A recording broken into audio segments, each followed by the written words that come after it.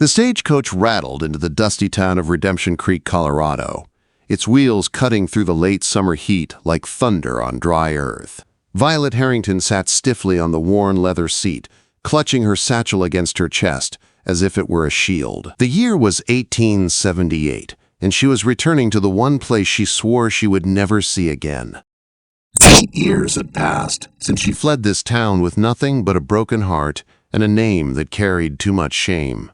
Back then, she had been a foolish girl of 17, soft-spoken, wide-eyed, and in love with a ranch hand she could never have. Now, at 25, she was a woman who had learned the cost of innocence.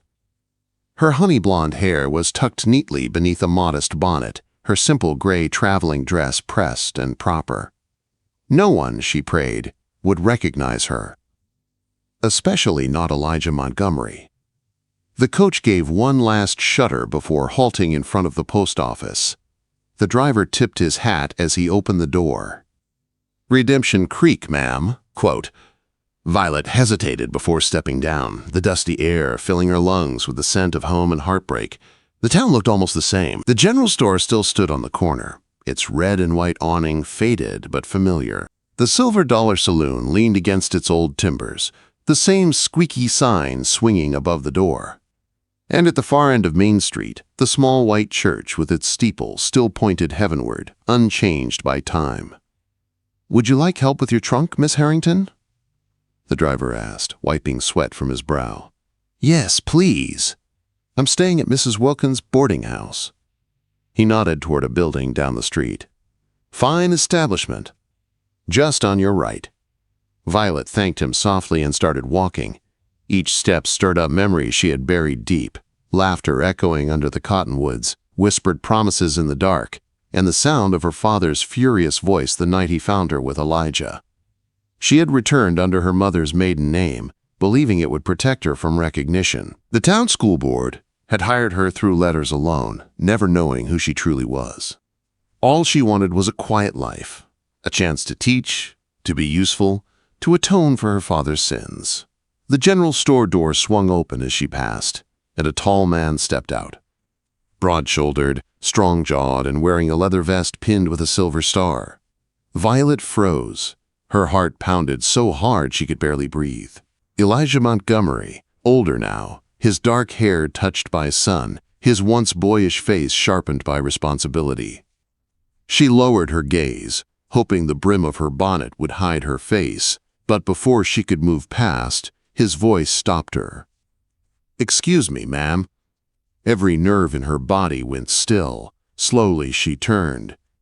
He was holding out a small handkerchief, embroidered with tiny violets, her grandmother's gift, the only keepsake she'd kept from her old life. "You dropped this," he said. Her throat felt dry. "Thank you, Sheriff." She reached for it quickly, her gloved fingers brushing his. He didn't let go. His eyes, the same piercing blue she remembered, studied her face. "Do I know you?" he asked quietly. "I don't believe so," she said, forcing her voice steady. "I'm the new school teacher." The silence stretched between them. For a heartbeat, she thought he would nod and walk away. But then, recognition flickered in his eyes. His hand trembled, the handkerchief caught between them. Then he smiled. It wasn't a startled smile, nor one of disbelief. It was soft and knowing, the kind that reached his eyes and broke something open inside her. "Welcome to Redemption Creek," he said gently. "Or should I say, welcome back, Violet Rose." Her breath caught. No one had called her that in 8 years. Only Elijah ever had. "How did you know?" she whispered. "I'd know you anywhere," he said simply. "Even if 100 years passed, I'd still know your eyes." Her composure wavered. "I should go. Mrs. Wilkins is expecting me." Elijah stepped aside, tipping his hat. "The town meeting's tomorrow evening at the schoolhouse. I'll see you there, Miss Harrington." She nodded quickly, clutching her satchel tighter as she hurried away. The smile he'd given her stayed burned in her mind long after she reached the boarding house. Mrs. Wilkins welcomed her warmly, showing her to a small upstairs room overlooking Main Street. "Dinner's at 6 sharp," the landlady said cheerfully. "We keep respectable hours here." "Thank you," Violet replied. Once alone, she sank onto the bed, her heart still pounding. She had prepared herself for so many possibilities, being ignored, being discovered and hated, but not this.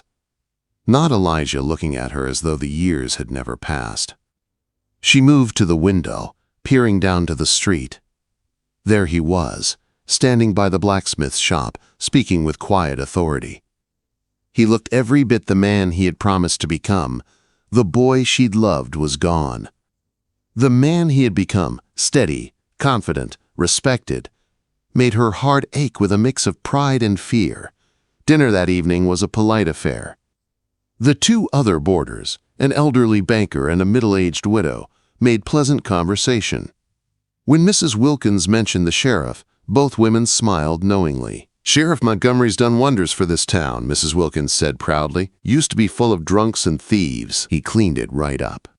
"The poor man's still unmarried," the widow added with a sly look, "though not for lack of admirers. Half the women in town have tried their luck."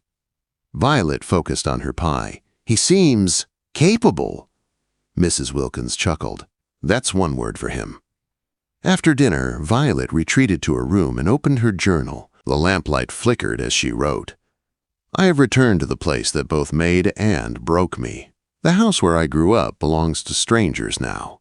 Father's bank still stands, though his name is long gone from the sign. And Elijah, he recognized me. Instantly.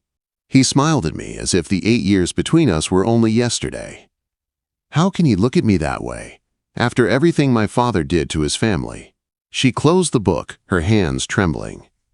Outside, the night settled over Redemption Creek. Somewhere down the street, a door closed, boots scuffed against dirt, and a man's voice called a soft good night. Violet drew the curtains and sat quietly in the lamplight, her heart caught between past and present.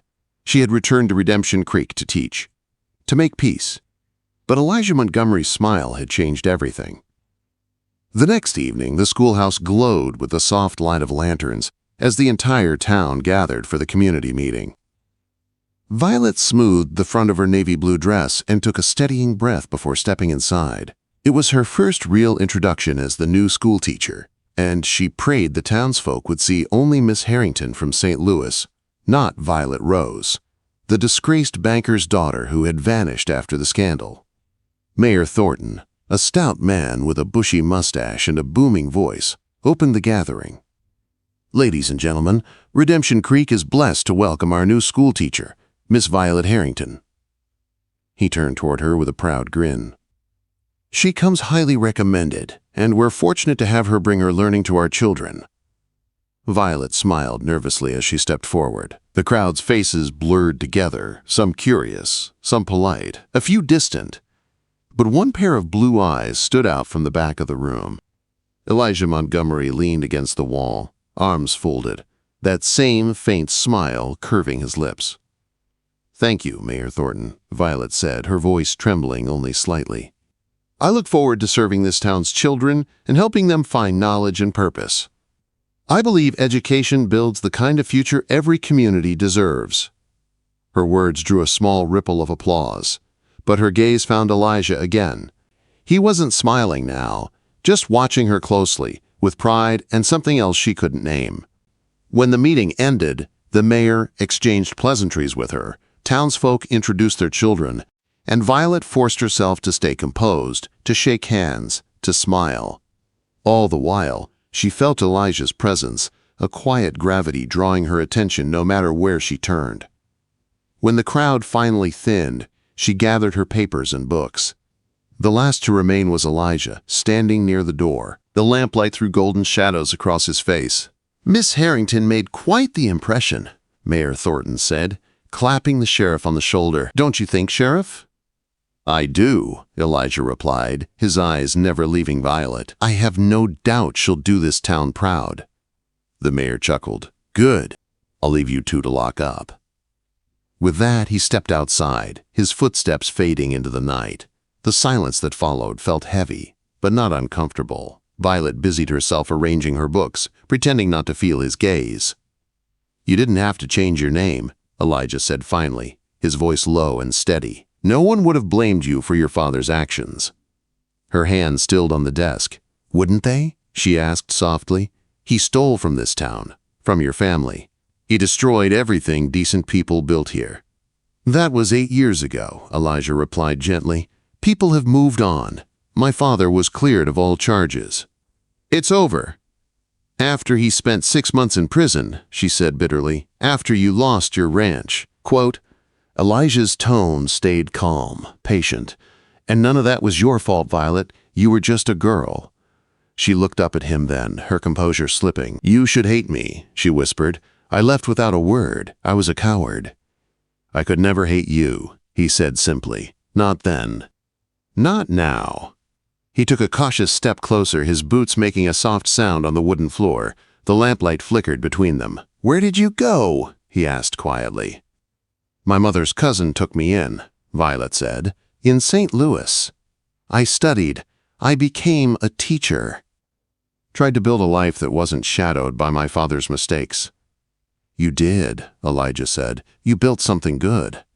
She hesitated. "I wrote you a letter once, after I left." Quote. His eyebrows lifted. "I never got it." "I never sent it," she admitted, her voice barely a whisper. "I didn't think I had the right." Elijah smiled, small and sad. "You always had the right," Violet rose. Hearing her full name again made her heart tighten. He stepped closer, and she could see the small scar across his left eyebrow, a mark that hadn't been there before. "What happened?" she asked, touching her own brow without thinking. "Clayton gang," he said with a faint grin. "Got careless. Learn to be quicker next time." She shook her head. "You shouldn't have had to learn those lessons." "I became sheriff to make sure no one else did," Elijah said quietly. "To bring some good back to this town. To make peace with the past." His eyes searched hers. "I waited a long time to see you again." Her breath caught. "Why?" He smiled softly. "Because loving someone doesn't stop just because they're gone." Her heart thudded painfully against her ribs. "Elijah, we can't simply—" "I know," he interrupted gently. "We're not the same people, which is why I'd like to properly court the woman you've become, the school teacher from St. Louis." A laugh escaped her, small and shaky.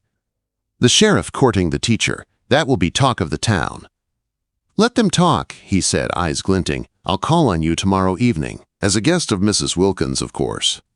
"Of course," she said, unable to stop her smile. As they walked toward the door, Elijah paused. "There's something you should know before you hear it from someone else. Your father's house. It's mine now. I bought it at auction a few years back."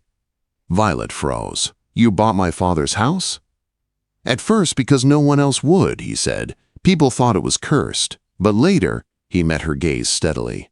"Later, it just felt right. Like I was keeping a piece of you here until you came back." Her voice trembled. "You couldn't have known I'd ever return." "Couldn't I?" he asked softly. "Some things," Violet rose, "are simply meant to be." He opened the door for her, and they stepped into the cool Colorado night. The air smelled of pine and dust, of things old and unchanging. For the first time in years, Violet felt something stir inside her that she hadn't dared feel: hope. The days that followed slipped into a rhythm. She taught the town's children by day and wrote in her journal by lamplight at night. Elijah visited often, sometimes with flowers, sometimes just to walk her home. The town noticed, of course. Mrs. Wilkins, knowing smiles at dinner, became constant. The widow Parsons teased her gently about a certain sheriff who can't keep away. But Violet didn't mind. For the first time since her return, she felt she belonged. Then, one bright October afternoon, during a school picnic by Willow Creek, the past came rushing back. The children played by the water, laughter echoing through the air. Violet sat beneath a wide oak tree, grading papers, when Elijah joined her. His hat hung loosely from his fingers, and sunlight glinted off his badge. "You're good with them," she said, nodding toward the children. "I like kids," he said easily. "Always thought I'd have a few of my own." Her heart stuttered. She looked away, pretending to adjust her papers. "I saw Mrs. Cooper yesterday," she said softly. "She asked if I was related to Harold Rose." Elijah's smile faded. What did you tell her? The truth, Violet said, that he was my father. His expression darkened slightly. And what did she say? She said no child should pay for their parents' sins. Then she gave me a sweet roll and sent me on my way. Elijah let out a long breath, his shoulders relaxing. I told you people would see you for who you are. Not everyone, she murmured. Some will never forgive what he did.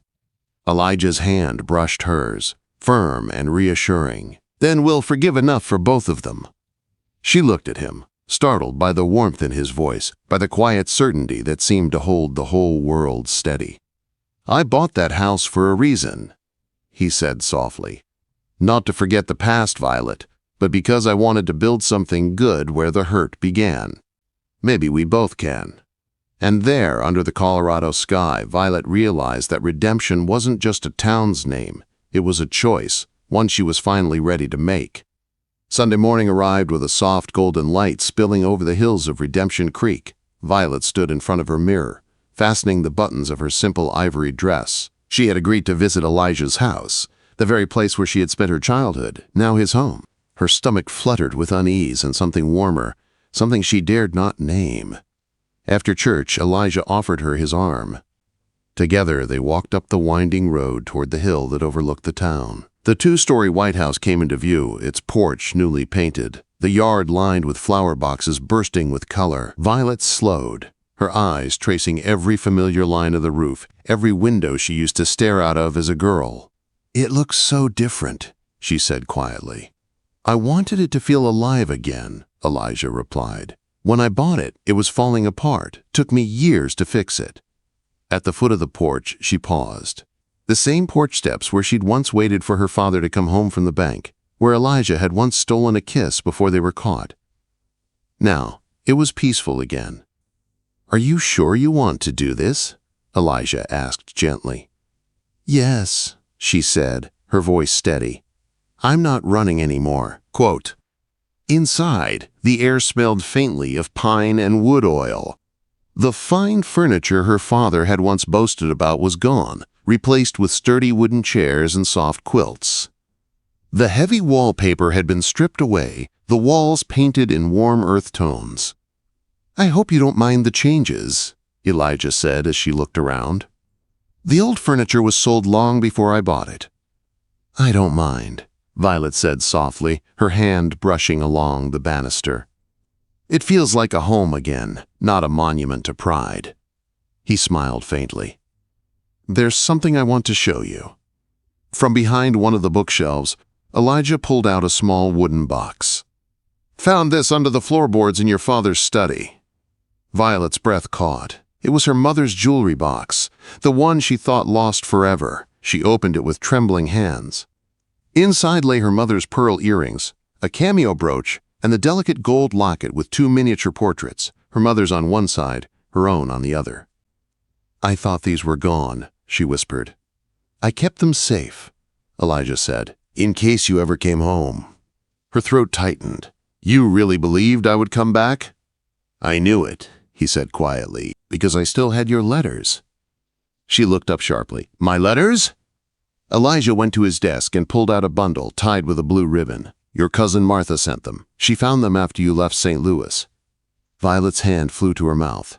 You read them? Quote, everyone, he said, his voice soft. 100 times. You wrote about wanting to come back someday, when enough time had passed. I held on to that. Understanding filled her eyes. That's how you knew I'd return. You waited for me. Every stagecoach that came through town, Elijah said with a small smile. The driver thought I was waiting on gold shipments. A laugh escaped her, clear and light, the kind of laugh she hadn't felt in years. Elijah stepped closer, his expression tender. I never stopped loving you, Violet Rose, he said simply, not for a single day. Her eyes filled with tears. I tried to forget you, Elijah. I told myself I had to. Quote. He touched her cheek, his thumb brushing away a tear. Some things aren't meant to be forgotten. When he kissed her, it was gentle, reverent, like breathing life into something long buried. For a moment, the years melted away, the shame, the pain, the loss. all dissolved into that single truth. They had found their way back to each other. When they finally parted, Elijah's forehead rested against hers. "Stay for supper," he murmured. "There's stew and apple pie." She smiled, shy but radiant. "Mrs. Wilkins will gossip." "Let her," he said with a grin. "We'll leave the door open." That evening, they ate together in the warm light of the kitchen. They spoke of simple things. Her students, his duties as sheriff, plans for the harvest festival. Beneath the talk ran something deeper, the sense that their lives had quietly begun to intertwine again. At the festival, a few weeks later, the whole town gathered in the square. Music filled the air, children ran between tables, and the smell of roasted corn and cider drifted through the crowd. Violet wore a forest green dress, her bonnet tied with satin ribbon. Elijah stood beside her, handsome in a dark suit, his badge gleaming under the autumn sun. They danced when the band struck up a reel, laughter spilling from them like sunlight. When the song slowed to a waltz, Elijah leaned close and whispered, "You remember the first time we danced?" "Behind your father's barn," she said softly. "No music but your humming." He smiled, his voice low. "I remember thinking I'd never love anyone else." When the dance ended, Elijah led her away from the crowd beneath an old oak tree at the edge of the square. The noise of the festival faded behind them. "I wanted to wait," he said, reaching into his coat pocket, "but I've waited long enough." He opened a small box, revealing a delicate silver ring with a single pearl set among carved leaves. "8 years ago, I promised I'd love you forever," he said, his voice thick with emotion. "Let me keep that promise for the rest of our lives. Will you marry me, Violet Rose?" Quote. Her breath caught as she looked from the ring to his face, the same steady eyes that had once made her feel safe. "Yes," she whispered. "Yes, Elijah Montgomery, I will." He slipped the ring onto her finger, and when he kissed her, the crowd broke into applause, laughter, and a few happy tears. They were married in the white church that December, snow dusting the hills like sugar.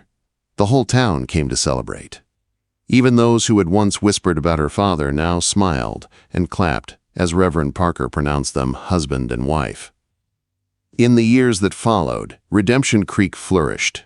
Elijah became mayor, leading with fairness and heart. Violet expanded the schoolhouse and started a lending library. They built a life on love, forgiveness, and shared purpose. When their first child, Elizabeth, was born, Elijah held her in trembling hands and said, "She has your mother's eyes." "And your smile," Violet replied, her heart full. Years passed, children grew, seasons changed, and though their lives became full, with laughter, family, and the noise of everyday living, there were moments, quiet and tender, when Elijah would look at his wife as though he were seeing her for the first time all over again. And every time Violet would smile back, the same way she had on that dusty afternoon when he'd handed her a handkerchief and said, "Welcome home." Because in the end, that's what she had found, home. Not in a house or a town, but in the heart of the man who had loved her through the storm and waited for her return with a smile that said he'd known her forever.